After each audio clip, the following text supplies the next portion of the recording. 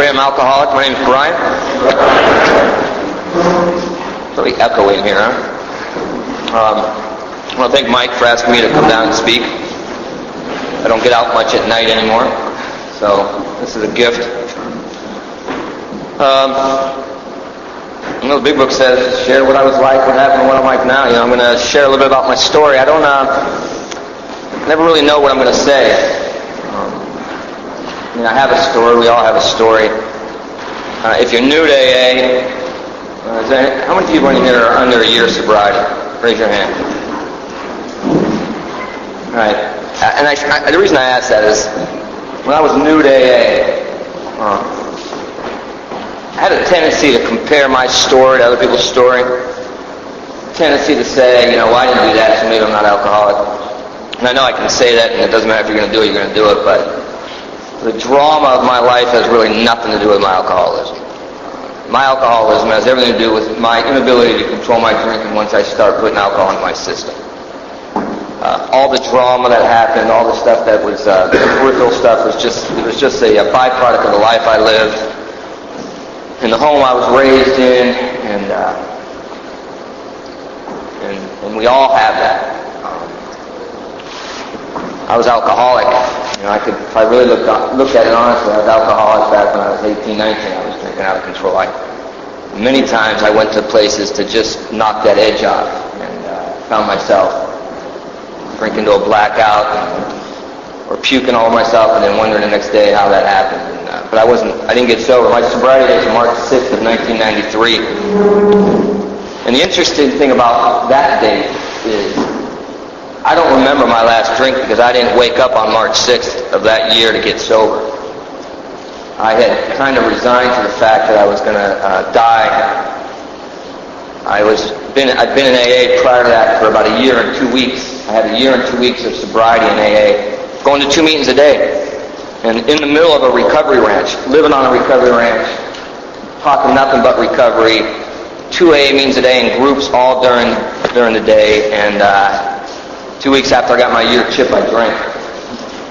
And for the next 3 months, I drank every day. After the second meeting, I'd go to a noontime meeting, and then I'd go to a 6 o'clock meeting, and in between I'd do big book meetings, or step meetings, or group therapy, or whatever it was going on at the ranch. And then at 7 o'clock, right after that meeting, I'd beeline over to a buddy's house and I'd start drinking. And then I'd start smoking coke, and then I would come back around 3 o'clock in the morning and get up the next day and say, I'm not doing that, it's the last time I'm doing that. I'm just going to get honest and tell everybody that I've been drinking, and I didn't. The week of 1993, March 1st all the way through the 5th, I had given up and I was contemplating suicide. I was like, how am I going to kill myself? Or I was going to move to Phoenix. This was my other plan. I had 2 plans. One, I was going to kill myself, and the other one, I was going to move to Phoenix and rob banks. And the interesting thing about those 2 choices, I had already done both those, or tried to do both those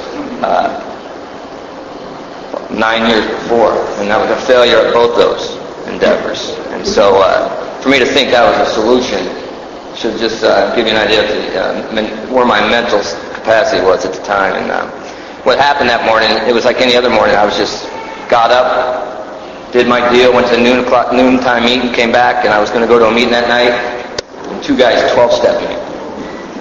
And it wasn't your typical 12-step. It wasn't like, hey, we hear you got a problem. It was, sit your ass down, we want to talk to you kind of stuff. And I'd been friends with these guys for a while, and one of them was like a brother to me. And his name was Max. And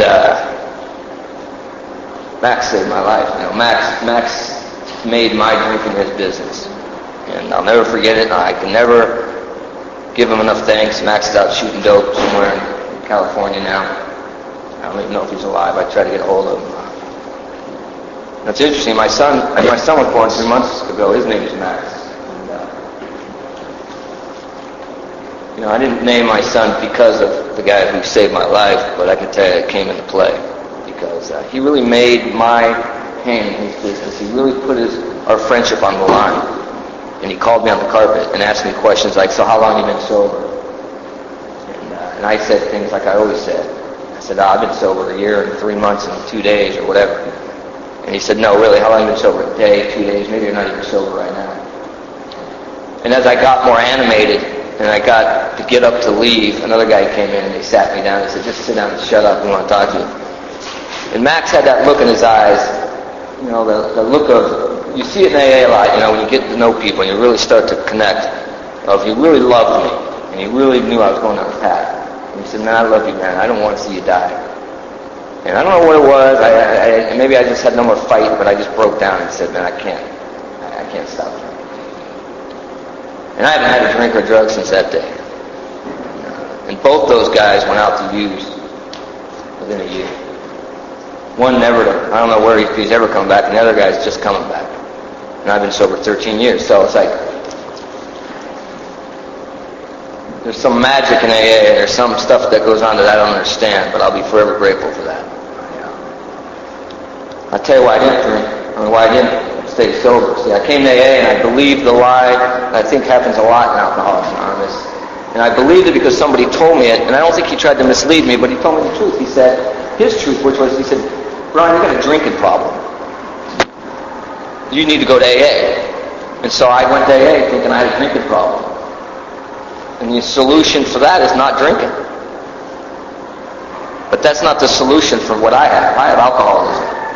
And what happened for me was I went crazy in AA not drinking and not living a spiritual life. I really went insane. So when I came back on March 6th, I went on a different path.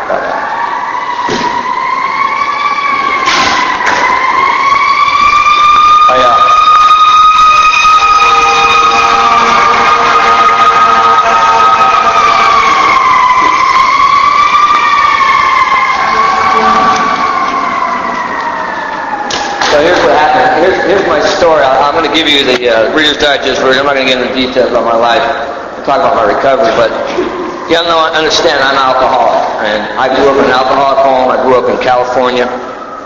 I grew up in a town called Stockton, California. If anyone's from California, you know I'm not bragging about it. It's no disrespect to my friends from Lewiston over here, but it's the Lewiston of California. Don't take offense to it, Mike.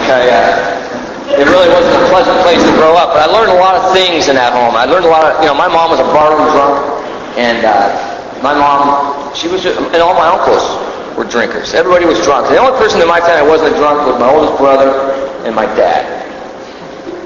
My mom, my brother that was 4 years older than me, he was a drunk, I learned from the age of 10 that I could steal bikes from school and sell them to my brother for $5 in the respect of his friends. So when you're 10 years old and you're making $5 and you're stealing bikes and you get the respect of the 14-year-olds, that's a big deal. And I carried that idea and that whole acceptance all the way up to going to the penitentiary when I was 21, even while I was doing time. Living a lie. I never really wanted to steal bikes, but you know what? I liked $5. That was good when you're 10 years old. Back early 70s, a lot of money. You get a lot of baseball cards in. And which is funny. I steal a bike and I go buy baseball cards and trade. That's the mentality of the home I grew up in. And I started smoking weed when I was about 11, and I started drinking when I was 12, and it wasn't a lot of consequences for that stuff.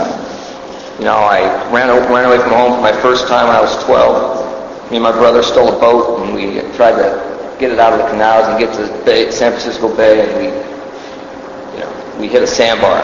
We ended up docking it, and so there's a lot of stuff that happened. But I'll tell you what really was magical for me was what alcohol did for me. And getting high, but really alcohol. When I drank. I'm 5'1". I've been the shortest of every class picture I've ever been in. Ain't no one smaller than me. Even the girls were taller than me. So when you grow up like that, you always feel like you're less than anyone. I did. I always felt like I wasn't man enough. And so, if everybody's saying, well, we're going to break into the school, who's going to climb through the window? I'm the guy. I'll climb through the window. Who's going to throw a rock at that guy and hit him in the head? I'll do that. That's just because and then I'd run, and then my friends would come in and protect me. It was like looking for the respect of others through really messed up ways. And alcohol, the magic of alcohol, It changed my perception of everything, of who I was, how I felt, how I saw other people, how I thought they saw me. I felt like this was such an angry, violent world. And part of the environment I grew up in was that way. But when I would go to a party and start drinking, I felt like it was just more, everything was okay then. You know, there was a sense of peace around. And everybody was a little bit calmer, and I could talk better. And I know I grew at least 6 inches. Sometimes, if I had the right mix, I could grow 8, 9 inches, you know. And the problem is, you know, you're still only 5'1", 105, so you got to be careful. But that was the magic of alcohol. So the idea of giving it up never even entered into my mind. And I hid my alcohol, and a lot of young guys do this, and I'm not pointing young people out, but I know for me as a young man, I did this, is I hid my alcoholism behind my drug addiction. You know, because when I was 21, you know, from the age of 18, 19, 20, I started doing coke, and I started understanding that if you really are painting houses making $7 an hour and you're smoking as much coke as I was, they don't match up. You know, like a paycheck is $250 and that's gone that weekend, you know, and then so you got to start finding other ways to supplement that. And but I was a drunk. I was drinking daily from the time I was 18. 1980, I was a daily drinker. And I was a daily drinker because I moved out of my house. I graduated from high school. I moved in with 4 guys, and we got a house. And that was it. I became a daily drinker. And it was only because, it wasn't like I had to drink, or at least I didn't think I had to drink. It was because I could drink. There was no one around. And I ran with people who drank and partied like I drank and partied. So I had nothing to compare it to. You know, I didn't have like somebody drinking socially over here and like, wow, you know, they don't do what I do. I ran with guys who were drunks, and so we all looked at each other like, we're okay. And we're getting evicted 6 months later, but we're all right. You know, it's a misunderstanding. You know, so I started dealing coke. I became a dealer. That was another thing. That was tied into me being, you know, like understanding that the status that, okay, well, I can't really get women because, you know, it's like when you hang around guys and they're all 5'10", and you know, who's going to date the 5'1" guy, right? I mean, so, hey, you know what? If you're dealing coke and you got money and you got a bag, you can get girlfriends. And so and also the respect. So that's what I did.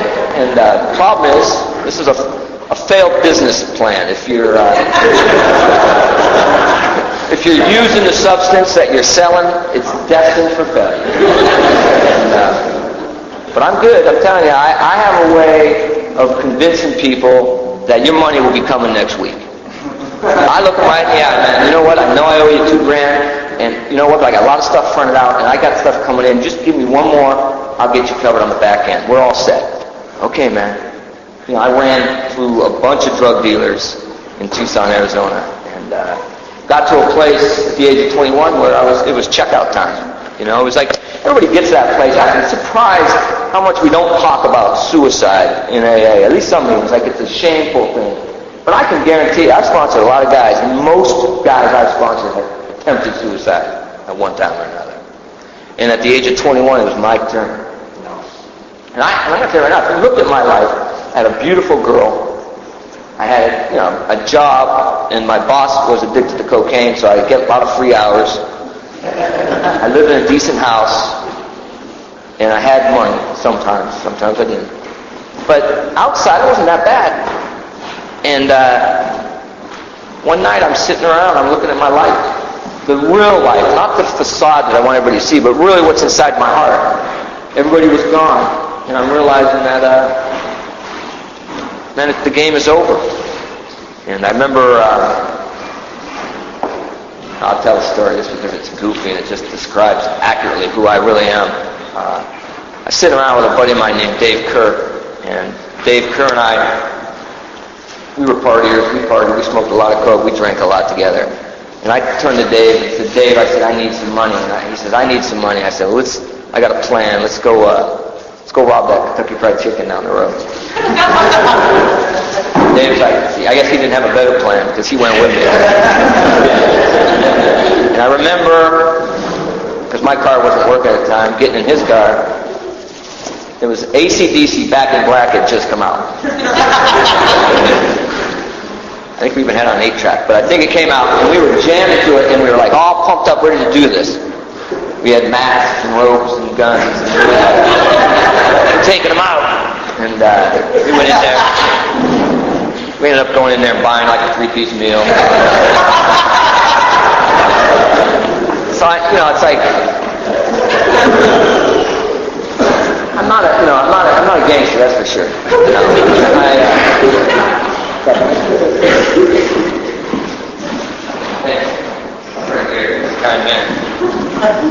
So that night I dropped David off and I went out to kill myself. And I talk about this because I think it's really important to know that I was out there to do it. I wasn't out there to just play games, to get caught, so somebody feels sorry for me. I was not a self-pity kind of drunk. I wasn't one of those guys who cried in my beer. I was either really happy and having a great time, or I was punching holes in walls. I mean, that's the two things I went to. And at this time, I was just done. I cut a piece of hose off, took my roommate's car, drove out, and I remember, even when I smell fumes today, even today, and it's been at least 24 years, at least 23 years since this happened. I can still remember being in the car while those fumes are flowing through there, thinking I got no reason to live. 21 years old. I mean, you're just starting life, man, and I was like ready to go. I was an old man at 21, I tell you. I was so old. And the only thing that saved me was a conscience that I hadn't had since I was 10 years old. I had lost feelings of everything. At 10 years old, I got molested by a family member, and from that time on, from the age of 10 to at least this moment, I had lost all consciousness about caring about anybody, only about myself, what I can get out of life, not getting close to people, not trusting people. And that night, as I was writing letters to my mom about how sorry I was, and that I'm sorry I had to do this, but I can't live anymore. Couldn't do it, man. Couldn't do it. I just could not. My mother had already buried one son, and my brother Chucky died when he was 7, leukemia. And I watched what that did to my family. I watched. I was 5, Chucky was 7. I watched how that destroyed my mom and my dad. How my mom's strength became overwhelmingly powerful, and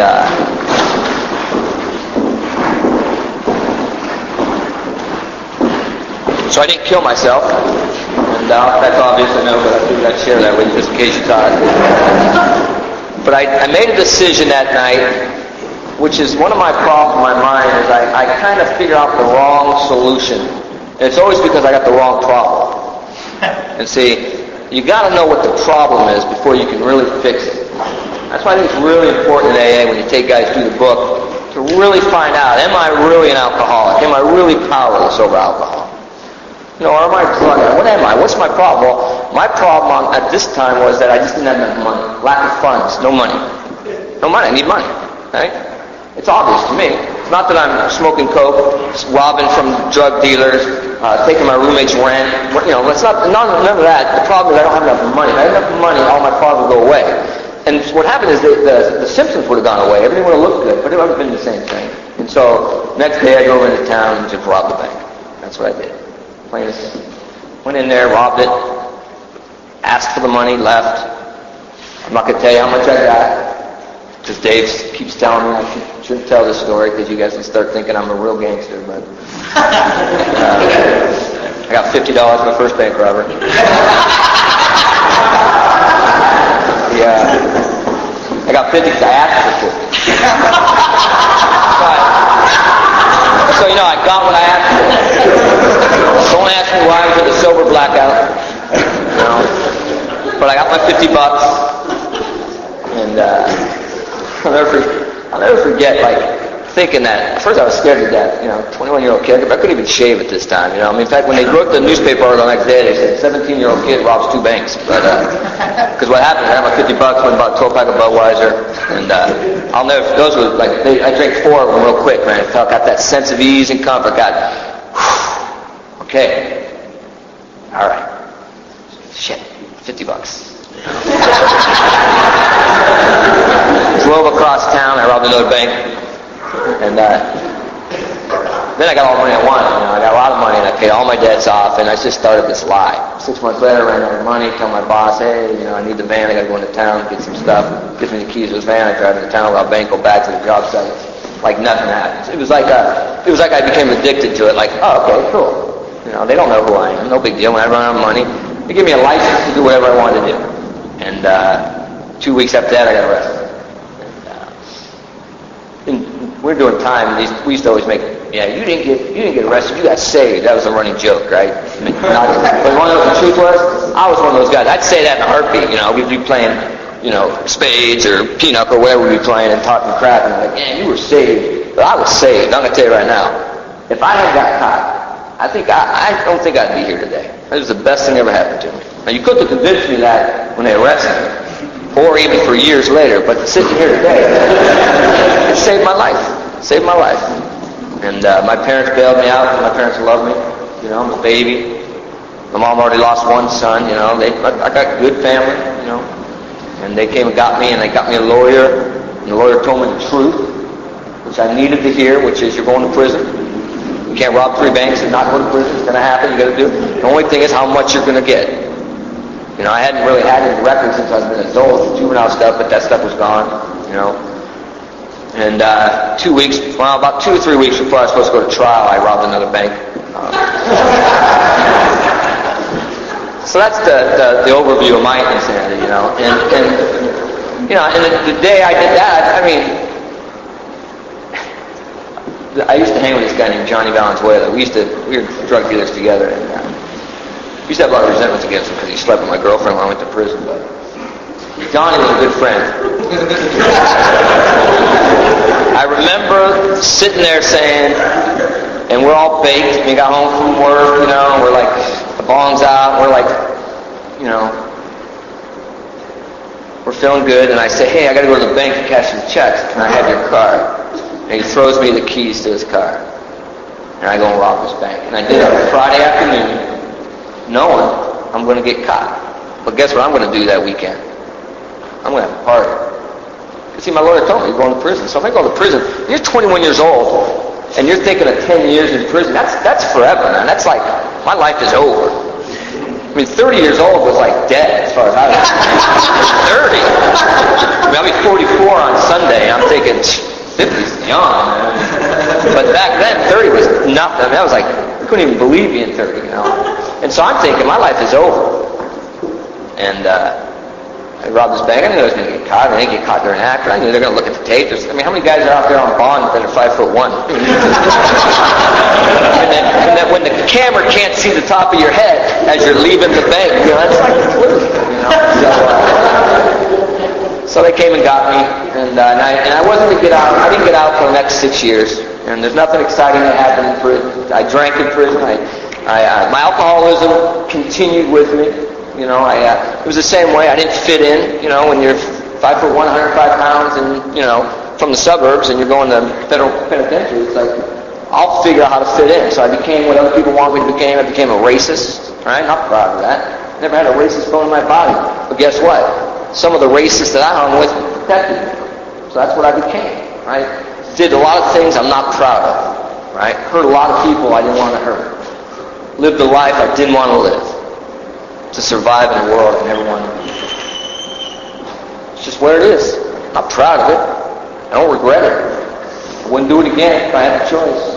But that's the life that my alcoholism took me. And I got out. I was 28 years old, and I wasn't supposed to drink. I wasn't supposed to drug, and I had a year. I had about 8 months of parole, and then I had 5 years probation. Ran wild, running consecutive, and so their feds were going to have me for a while. And I was really mad that I couldn't drink. I'm 28 years old. Man, I don't have a drinking problem. Sure, I shouldn't be using cocaine. That causes problems, but drinking? And I remember asking my professor, so you say I can't have any foods at all? He said, no drinking. It's part of your conditions of your release. So here's a clue for me. I didn't take it, but here's a clue if any of you guys are on parole and you're drinking and you're not supposed to. A normal drinker, if they're told, okay, while you're on parole, you can't drink. And if you do drink, you will lose your freedom. Well, normal drinker says, okay, I won't drink. Because I can take it or leave it. I couldn't take it or leave it. My mind convinced me, like, who is he to tell me I can't drink? It's a legal substance. And so I drank. And of course, I got caught. And of course, I went back to prison. And the lie I told myself then was, my parole officer's an asshole. He had it out for me, and he sent me back to the penitentiary. And the reality is, my parole officer was just doing his job. He's actually a very kind man. And I sent myself back to the penitentiary. But I couldn't see that truth until I started to go through my inventory process. I couldn't see that truth until I started living the spiritual path. I was incapable of seeing the reality of my life. Just couldn't see it. So I went back to another 12 months, and everything changed. This is like my whole life kind of stopped, because up to that time, my parents, my mom and dad, I did time in Milan, Michigan, and Terre Haute, Indiana. And so that's pretty far away when I grew up in Tucson. And so my parents would fly out and visit me. My grandmother would come. My brother would fly in and visit me. They'd send me money orders so I could get commissary. They would take care of me while I was doing time, right? Well, guess what? The only letter I got this last stint was from a letter from my mom saying, "We're done. You ain't welcome here anymore. When you get out, your stuff's in storage and you have to live on the streets because we're not taking you in. You won't get any more money orders. And I love you too much to watch you die in the house." And the lie I told myself then was, my mom's, evil. I said another word, but that's what I said, like that's what I meant. Like, how dare her disown her baby, And I thought it was a lie. A year later, I started to get released, and they asked me for my parole plan. I said the same thing I always said. Well, I'm going to go live with my parents, and my dad's got a friend who'll give me a job, and my caseworker said, well, you know what? I talked to your parents, and you're not welcome home. And that was like, that was like a reality check. And so I had to go live basically on the streets. I became homeless. I had $60 gate money. I was 29 years old. I had no job skills. I had no family members who wanted anything to do with me. Even my drunk brother didn't want me in his house. Couldn't go to any of my youth buddies because my parole officer would have been coming over.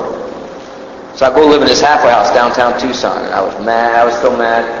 And I've been mad for a while. I was really pissed. And major chip on my shoulder. And they told me the very first day I got there, they said, okay, Brian, you could be here for 4 months. Here's the rules. Anytime you leave these premises and you come back on these premises, you're subject to a breathalyzer or a urinalysis. If you fail either one of those, we will send you back to prison. I already spent 7 years. From 22 to 29, I was done. I was like, man, I'm tired of doing time. My life had passed me on. All my friends were married, and careers, and kids. I'm living in some crappy old halfway house downtown Tucson with no money, no respect, no skills, no hope.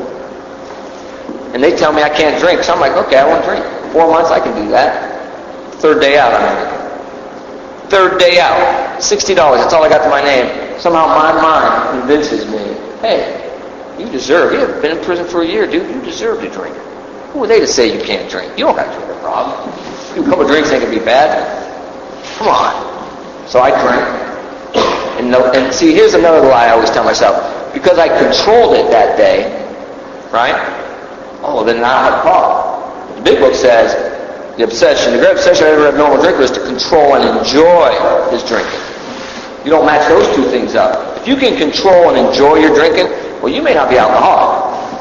See, I could control it at certain times, but I never enjoyed it when I was controlling it. Never. And any time that I was enjoying it, I can guarantee I wasn't controlling it. That's a guarantee. And so what happened for me was I didn't get drunk that day. I got a few good, got some good stuff going in. I felt good. All right, man, life's starting to come together, man. The puzzle's starting to work. I'm going to get a job. Maybe I'll win the lottery. Things will happen. I'll find me a girl. Girls are hanging out in this park. I know. So, next day, same thing, no problem. Third day, guess what? My mind starts talking. Dude, it's Friday night. Go back to the halfway house, man. Bring some tequila. They got the weak staff on. They don't got the normal staff. The rookies are on the night, man. You could go. You don't want to go back without booze. Go back. Come on, drink. So I bring a bottle of tequila on premises, and I get drunk. And of course, there's 50 people in recovery. They're all guys who are doing time, getting out of prison, going to prison, whatever. Somebody told on me. Right? That's my theory, Somebody told on me. That's my problem. When I wake up next day, somebody told on me. The problem is I didn't share it with the right person. I know they were jealous. Me stumbling down the walkway to my room had nothing to do with it. And so, Monday comes around, my parole officer calls me up and says, Brian Percott's to the front lobby. And I go up there with all my little cosmetics because I know I'm doing time. I got my toothpaste. I got like 2 or 3 things of toothpaste, my soap, my shampoo.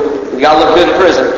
You know, you never know how far you'll be away from that stuff. So I got a little bag, and I walk in there, and he says, hey, have a seat. He says, what's that? I said, that's just some of my stuff I'm bringing back. He said, bring it back? Where are you going? I said, why aren't you violating? And this asshole parole officer that I thought was a jerk sat me down and told him he did something that nobody had done. Maybe somebody had done it, but for some reason I was able to hear it. He said, you know what? Let me have a talk with you. He said, you know something, Brian? Let me tell you something. I've been in AA for 7 years. So that's the first thing he did. He broke his anonymity. So I've been a member of Alcoholics Anonymous for 7 years. He says, you keep thinking that drugs are your problem. He says, but you got a drinking problem. You can't not drink.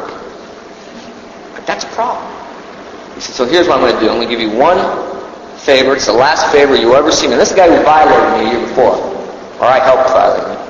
He said, here it is. I'm going to make sure, I'm going to recommend your appropriation you don't go back to prison because it's not going to do anything. It's not going to fix you. After 7 years, go back for 4 months to think that's going to fix you is ludicrous. He says, I'm going to send you to AA. And you got to go to an AA meeting every day while you're here. And you got to get a job within 15 days. In the 4 months you're here, if you don't get any tickets, you don't get any write-ups, and you do AA meeting every day, then you'll be off. You'll be all set.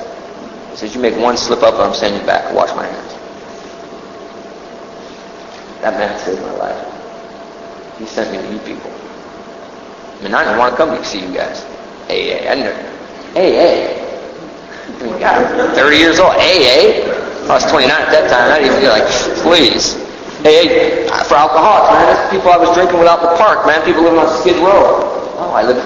You know, my first week of sobriety, I had to sell blood. I'll never forget the arrogance. This is how arrogant I am. Now I'm a week sober. I just got saved by my parole officer. I have no money. Oh, yeah, I'm running out of money. And I see an ad in the paper for first-time donations, right? $25. Plasma. You got to sell plasma. You can't sell blood. You're going to sell plasma because you can do it more than blood. So I go and sell plasma, and I'm sitting there in line while all the other street guys, right, and women, you know, next. I'm judging everybody. I'm like, loser. That's a loser.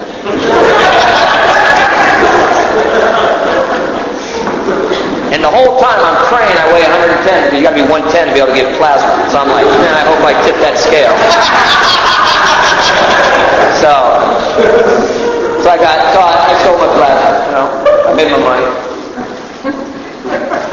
And I come to AA, and I fell in love with Alcoholics Anonymous. I really did. Even though I would never have told you that. I sat in the back. I had that pissed off look that newcomers get that are trying to be tough, right? Sat out there, don't touch me. Definitely don't hug me.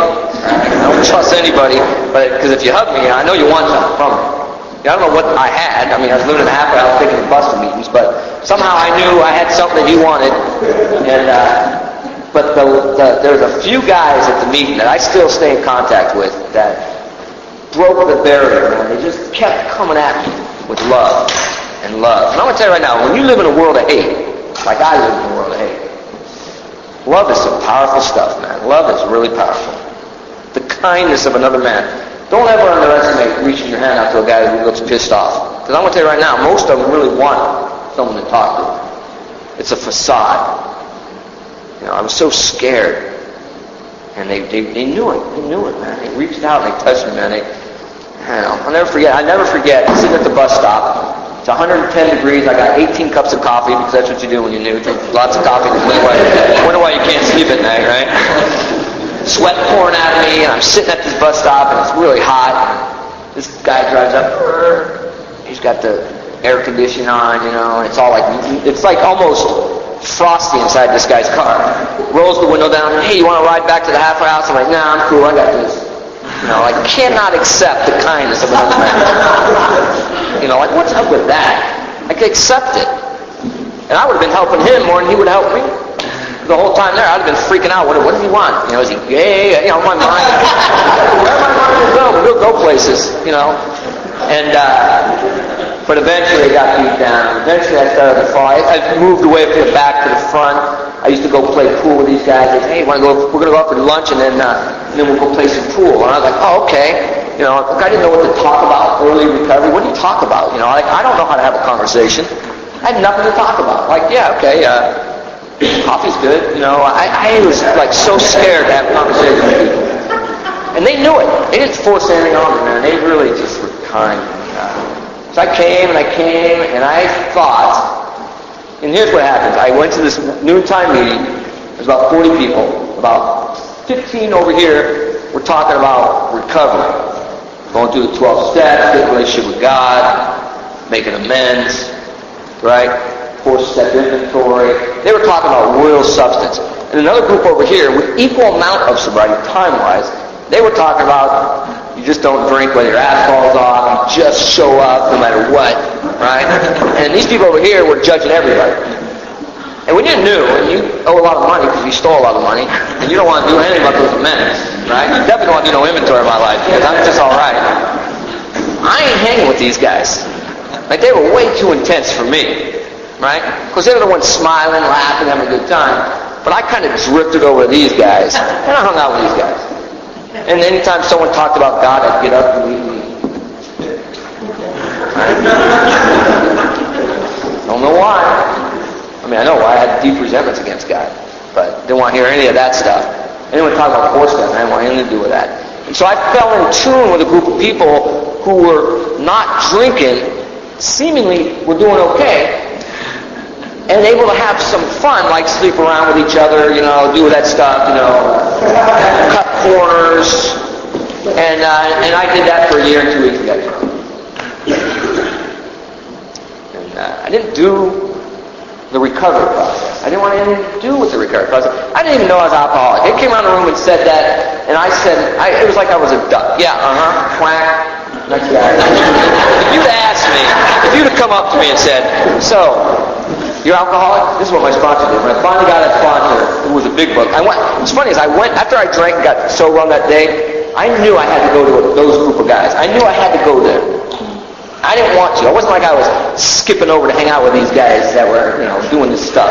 But I knew that there was no choice. I had no choice. It was like the game was over. So I went and asked this guy, Cowboy King. And he was the guy I disliked the least, put it that way. On the dislike level, he was probably at the bottom. And so I went and asked Kenny to sponsor me. I said, I need help, man. I need help. I'm 2 days sober, man. He said, you know what? I'd love to help you. I'd love to help. I've been watching you for a year. You know what? This will be great. He says, do you have a big book? I said, no. He said, well, here's a big book. Gave me a big book. Gave me some pages to read. So I want you to read page 84 to 88. I want you to read that every day until I can come and see you this Thursday. This is like a Sunday night, so he's going to come and see me on Thursday. He's going to come and see me, visit me at this recovery ranch. I was done fighting. He asked me if I believed in God. I said, I hate God. I said, well, that means you believe, so that's good. Right? There's a belief there, right? I mean, so even if you hate God, then you're believing. At least I'm not a non-believer. He said, all right, well, we can work with that. He says, you don't have to like God, because you don't even know God. But I'm going to give you some prayers. And so he gave me some basic directions. And then he came and saw me on that Thursday. I'll never forget the conversation. He said, so are you alcoholic? And I said, oh yeah, I'm alcoholic. He said, well, why are you alcoholic? How do you know you're alcoholic? And I'm like such an ass that I started giving something I heard in the rehab. I don't know, I was talking somewhere. And he shut me down. He said, you know what, stop. He said, let's just assume you don't know why you're alcoholic. Because you really don't. Let's just start from the very first step. And let's walk through this process. Because that's what if you want me to sponsor you, that's what I'm going to do. I'm not going to be your maid or I'm not going to be your driver. I'm just going to be a guy who's going to guide you through this process. I'll introduce you to a God of your understanding. He says, these steps, step 12, having had a spiritual awakening as the result of these steps, he says, that's what will happen. You will be awakened spiritually and the obsession to drink alcohol will be removed. Would that be wonderful? See, my first year in AA, I thought about drinking all the time. But if you go to enough meetings, you kind of get squashed because you're hearing all the drama, and especially when you're in a recovery range. Everybody's new and rehab, it's like.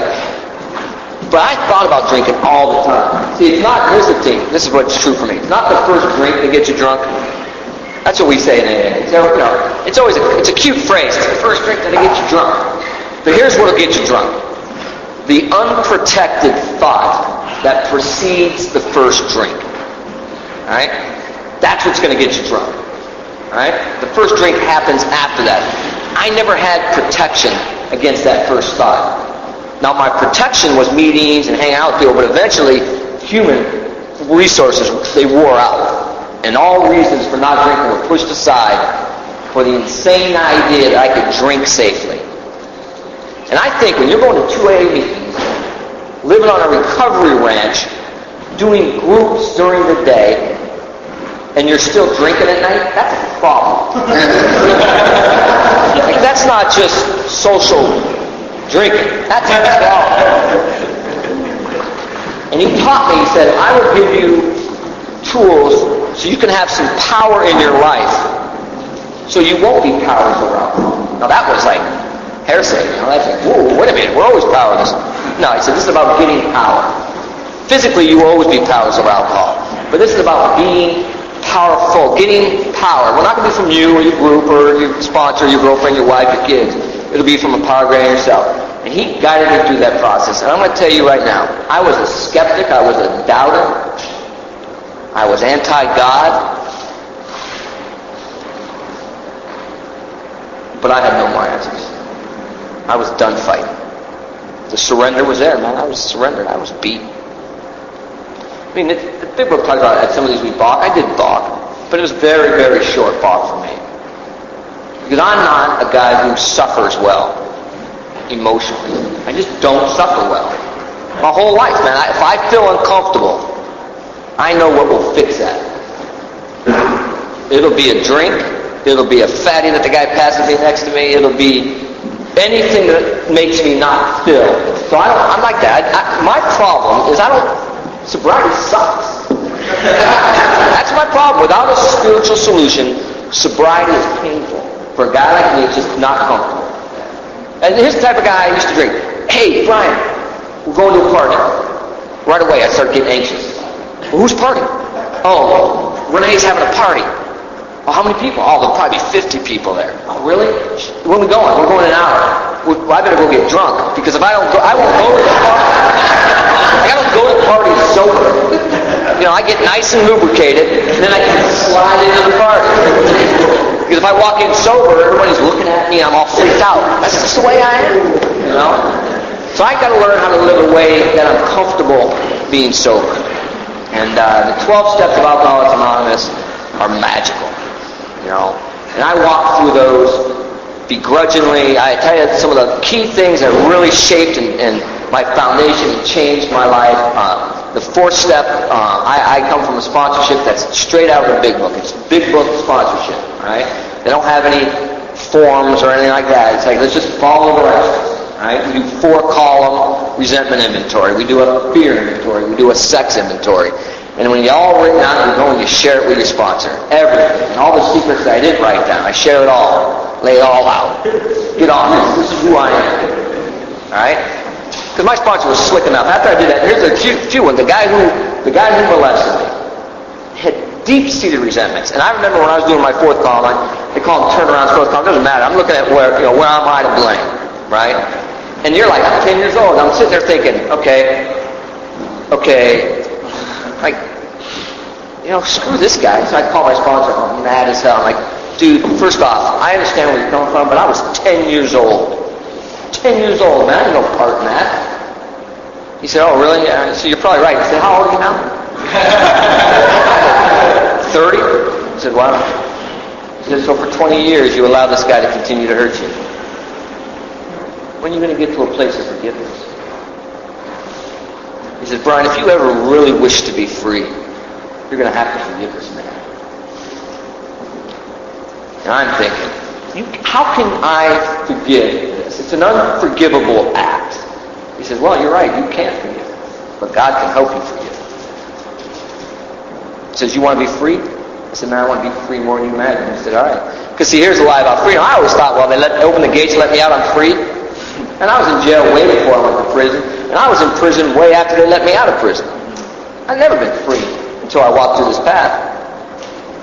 So I learned to forgive. I took it into prayer and learned to forgive the man. And here's a kicker.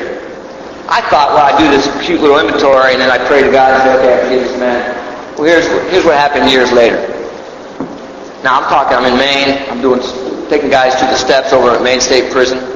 Guy comes up to me and says, hey, he says, I really like what you're doing with these guys. I really think that, this is an inmate saying, these guys are everything's really cool. And can you take me through the 12 steps?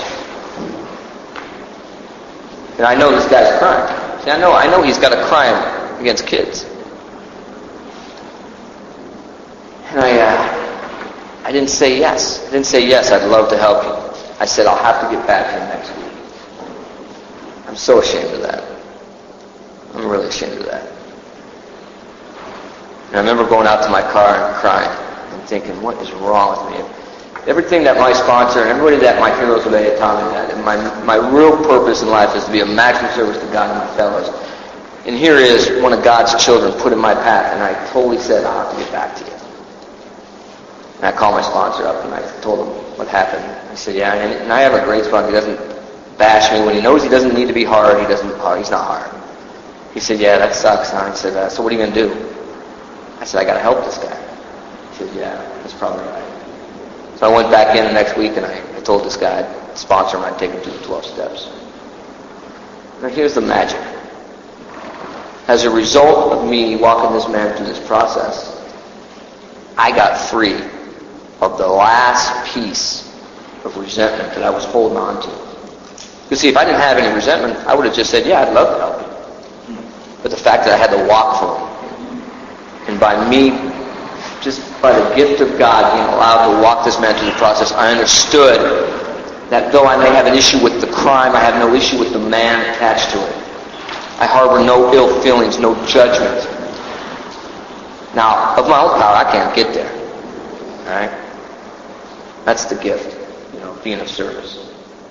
And this other one against my mom was very important for me, and it still is today. And especially as my mom gets older, and I don't get to see her nearly as much, but my mom had to disown me. And I think that the reality of that is that I made my mom do that. And I never understood the impact of that. Even when I was doing my turnaround, even when I was looking at my part in that resentment against my mom for kicking me to the streets, even when I looked at that, the truth was, I put the pen in my mom's hand, I made her do that. Even when I made amends to my mom, when I had to sit down face to face and say, Mom, I need to talk to you. We need to chat. And I told her, I said, Mom, I don't know how I'll ever be able to repay the damage I've done.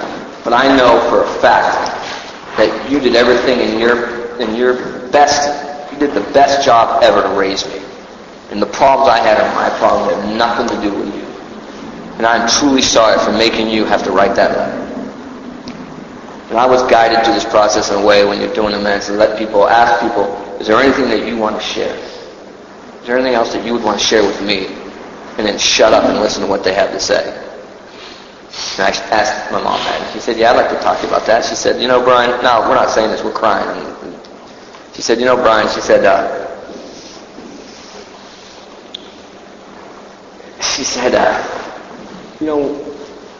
writing you that letter was harder than burying Chucky. And I'm like, I don't want to hear that. She had to bury her boy. He was 7 years old.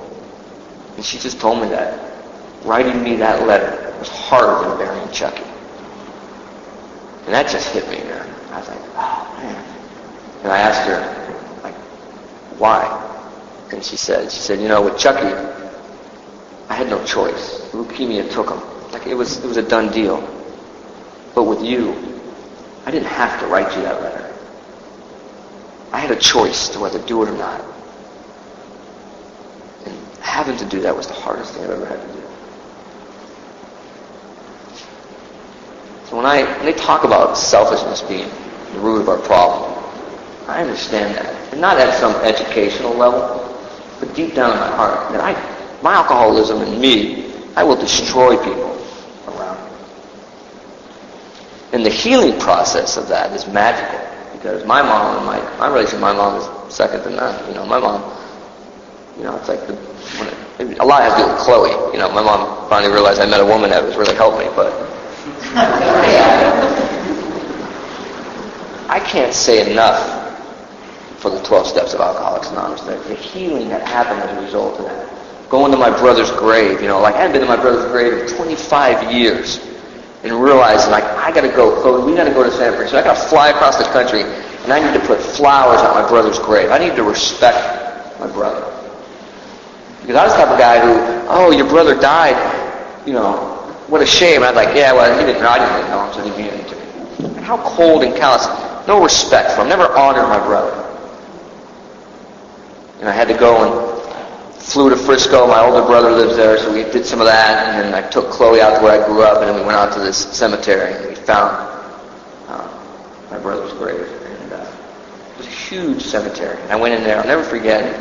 I went in there, and I said, I need to find a grave. And it's probably, I haven't been out here in 25 years at least. I said, he was 7 years old when he died. And she said, oh, then he's in Lullaby Land. And when she said that, it hit me. He was just a kid. He was a baby. I never honored him. And she told me where it was, and we went out. I got quiet. I honored my brother. And you guys did that. You talked to that. And so life goes on. Now I got 2 kids. I look at my daughter when she was born, and I realized, at a deeper level of how much damage I really did to my parents. When I see a child, when I look at my daughter, I had never had unconditional love ever in my life. Never. There was always a condition on my love. But with my daughter, it was completely 100% unconditional love. This woman, God, way ahead of that one. This girl could do no wrong. It don't matter. I will always love her. And then I understood why my mom walked with me. It's the same way. And so I'm forever grateful. I can't take credit for anything that's ever happened. It's strictly me being willing, but only based on pain and fear. And I'll be forever grateful for the men and women who walk before me and teach me. And know deep in my heart that I have a lot more to learn. I'm the father of 2 now, and I have a son to raise and a daughter to raise. It's my job to teach them how to live life, to show them the way. It's a big undertaking for a guy like me. And, so, again, I thank Mike for asking me to come up here. It's an honor and a privilege, and I thank you for listening to me. Thanks.